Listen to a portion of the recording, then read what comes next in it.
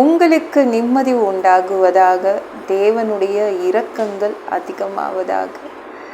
தேவன் என்ன சொல்கிறாங்கன்னா, அப்போஸ்தலர் 18:10, நான் உன்னுடனே கூட இருக்கிறேன், உனக்கு தீங்கு செய்யும்படி ஒருவனும் உன்மேல் கை போடுவதில்லை.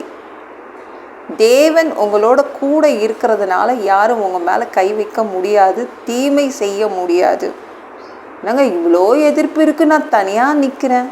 தனியாக இல்லை, 24 மணி நேரமும் தேவன் உங்களோட கூட இருக்கிறார். என்னைக்காவது உணர்ந்துருக்கிறீங்களா? தேவன் உங்கள் கூட இருக்காரே ஒருத்தர், உணர்ந்துருக்கிறீங்களா? ஐயோ எனக்கு தனிமை கொள்ளுது இப்படிலாம் சொல்வீங்க. என்னைக்காவது தேவன் கூட தானே இருக்கார், தனியாக ஒரு நாள் உங்களை விட்டதில்லை. அவரை உணருங்க. என் மனசில் இது தோணுதுங்க, இப்படிலாம் நடக்கும்னு தோணுது, அப்படிலாம் நம்ம பேசுவோம். ஆனால் தேவன் கூட இருக்கிற தேவனை உணர கற்றுக்கோங்க. இனிமேல் நம்ம உணரலைன்னா இனிமேல் உணர கற்றுக்கணும். அவரை எப்போதும் உங்கள் கூட தாங்க இருப்பார். உங்களை விட்டு விலக மாட்டார், உங்களை கைவிட மாட்டார். அவர் அப்படி தான். நீங்கள் கைவிட்டுட்டிங்கன்னா அவர் ஒன்றும் செய்ய முடியாது. அவர் உங்களை கைவிட மாட்டார், விலக மாட்டார். அப்போனா யார் உங்கள் மேலே கை வைக்க முடியும்? தேவன் உங்களை விட்டுட்டு போயிட்டாருனா தான் கை வைக்க முடியும். தேவன் தான் கூடவே இருக்காரு. அப்போ எப்படி உங்கள் மேலே கை வைக்க முடியும், கை போட முடியும், தீமை செய்ய முடியாதுங்க. அவர் பார்த்து பாருங்க. நீங்கள் அமைதியாக இருங்க, பொறுமையாக இருங்க. நமக்கு எக்கச்சக்க வேலை இருக்குது. கரெக்டாக 24 மணி நேரம் 24 ஹவர்ஸ் கொடுத்தா கூட நம்மளுக்கு பத்தாது. வீட்டு வேலை செய்யணும், ஆஃபீஸ்க்கு போகணும், உங்கள் எக்கச்சக்க வேலை உங்களுக்கு இருக்குது. அப்போ எதுக்குங்க உங்களை எதிர்க்கிறவங்களுக்கு நீங்கள் உட்காந்து போராடிட்டு கிடக்குறீங்க? நீங்கள் சும்மா இருங்கள், தேவன் உங்களுக்காக யுத்தம் செய்வார். எக்கச்சக்க வேலை இருக்குல்ல, உங்கள் வேலையை நீங்கள் பாருங்கள். தேவன் அவர் வேலையை அவர் பார்ப்பார். அவர் பார்த்துப்பார். உங்களுடைய யாரெல்லாம் உங்களை எதிர்த்து நிற்கிறாங்களோ அவங்களெல்லாம் அவர் பார்த்துப்பார். பயப்படாதீங்க. நம்ம காவலாளி மொர்தெகாயின்னு ஒருத்தங்க இருந்தாங்க. அவங்களுக்கு எதிராக யார் இருந்தா? மந்திரி இருந்தான். அந்த மந்திரி சட்டத்தையே கையில் எடுத்தான். அந்த சட்டத்தை கொண்டு மொர்தெகாயை சாவடிச்சிடணும்னு நினச்சான். ஆனால் அந்த சட்டம் எடுத்த அந்த மந்திரியையே சாவடிச்சிச்சு. அநியாயமாக இருக்குல்ல? ஏன்னா இந்த மொர்தெகாய் இருக்கான்ல, மொர்தெகாய் என்ற காவலாளி ஒன்றுமே செய்யலைங்க, சும்மா தான் இருந்தான்.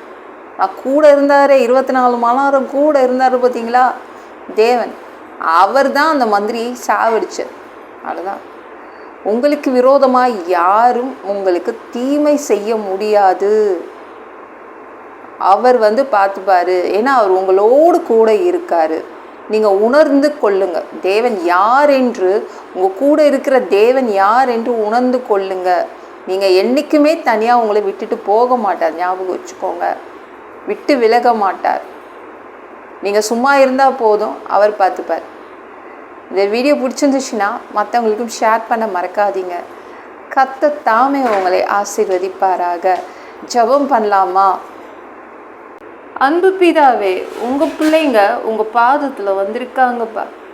சாமி, இரக்கம் செய்யுங்க, இறங்குங்க. நீங்கள் உங்கள் பிள்ளைங்களோடு கூடவே இருப்பீங்க. 24 ஹவர்ஸாக கூட தான் இருக்க போகிறீங்க. எப்பொழுதும் அப்படி தான் இருந்துகிட்ருக்கீங்க.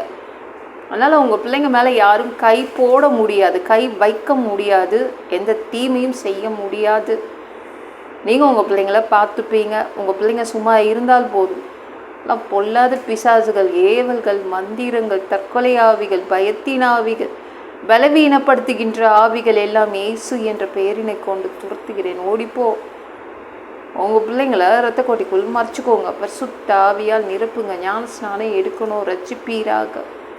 இயேசுவின் காயப்பட்ட தழும்புகளால் எல்லா வியாதிகளும், எல்லா பலவீனங்களும், கேன்சர் போன்ற வியாதிகளும் சரியாகுவதாக. மரணப்படுக்கைகள் சரியாகுவதாக. சாமி உமக்கு நன்றி அப்பா. பரம்பரை வியாதிகள் சரியாகுவதாக. மனிதனாக பிறந்த ஜீவ புஸ்தகத்தில் பேர் இருக்கணும். அப்படி இல்லைன்னா அந்த மனிதனை பிடிச்சி நீங்கள் நரகத்தில் தள்ளிடுவீங்க. தீ எரிகிற இடத்துல எப்படி போய் வாழ்கிறதுப்பா? பரலோகத்துக்கு வர்றதுக்கு தான் ஆசைப்படுறோம். அடித்து உதச்சி திருத்தி எங்களை பரலோகத்துக்கே அனுப்பிடுங்க. கழுவப்படாத பாவங்கள் எங்ககிட்ட இருந்துச்சுன்னா உங்கள் திரு ரத்தத்தை கொண்டு கழுவி எங்களை பரலோகத்துக்கே அனுப்பிடுங்க. எந்த ஒரு இவை பொழுது நீங்கள் வருவீங்கன்னு இயேசுவை வணங்கி வணங்கி காத்துட்ருக்கோம். பரிசுத்தமாக வாழ்ந்து வாழ்ந்து காத்துட்ருக்கோம். அந்த ஒரு இமை பொழுதில் உங்களுக்கு ஒப்பான உடம்பு எங்களுக்கு கொடுக்கப்படும். அதை பெற்றுக்கொண்டு மதிய வானத்தில் உங்களை சந்திக்க வருவோம். அந்த தருணத்தை நாங்கள் இழந்துடக்கூடாதுப்பா. ஒரு மனிதனால் பரிசுத்தமாக வாழ்கிறது கூடாத விஷயம். அதற்கு உங்கள் உதவி கேட்டு தான் வந்து நிற்கிறோமாப்பா. 7 வருடம் அந்த கிறிஸ்து ஆட்சியில் விட்டுட்டு போயிடாதீங்க. பிசாசு நடத்தும் ஆட்சியில் விட்டுட்டு போயிடாதீங்க பா. நன்றி அப்பா.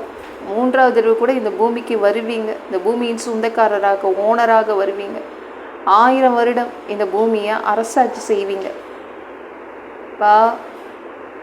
அந்த ஆட்சியை பார்க்க ஆசைப்படுறோம். எல்லாவற்றையும் ஒப்பு கொடுக்கிறோம். இயேசுவின் மூலம் ஜெபம் கேளும் பிதாவே, ஆமென். நாளைக்கு பார்க்கலாம்.